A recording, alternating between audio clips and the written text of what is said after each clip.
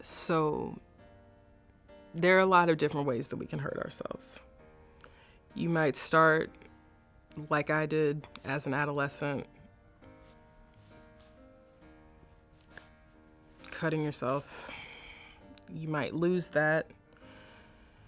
It might turn into smoking cigarettes, doing things that you know are bad, but you're just like, I don't care, I'm doing this.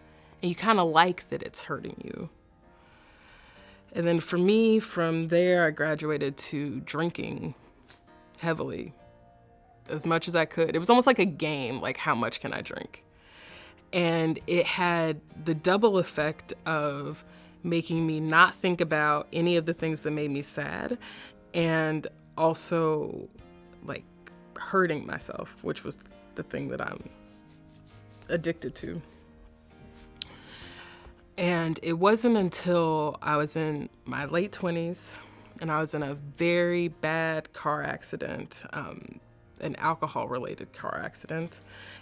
And that situation, that was how I started to see the ways in which I enjoy hurting myself and start to think, there's gotta be a different way. There's gotta be a better way.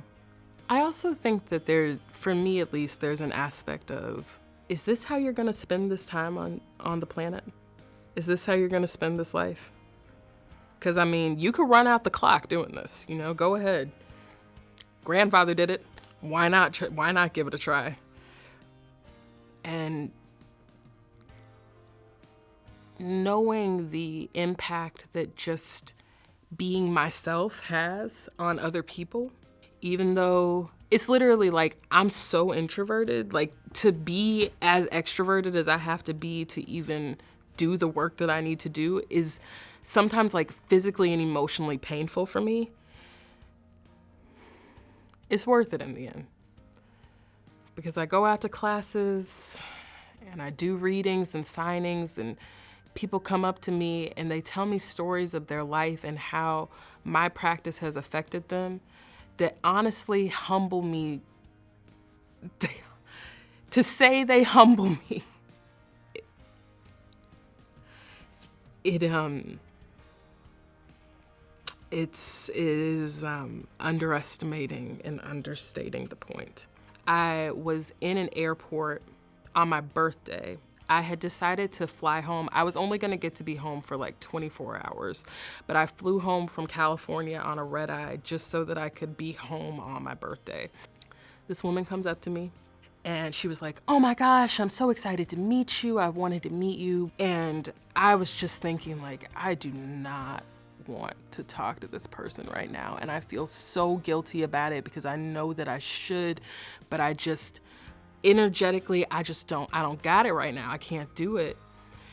And then she sat next to me and she proceeded to tell me this story. She was in a shooting and she told me that after the shooting, she was really doubting her presence on this earth and really not feeling well at all. And that she found my practice on Instagram and it inspired her to start practicing yoga, and that the practice had changed her life. And she really just wanted to tell me that she was grateful. And on top of feeling really guilty about not wanting to have the conversation, I also thought, this is why I'm doing this work. This is what it's all about. It's not about whether or not I like it. It's not about whether or not I enjoy being in front of a camera.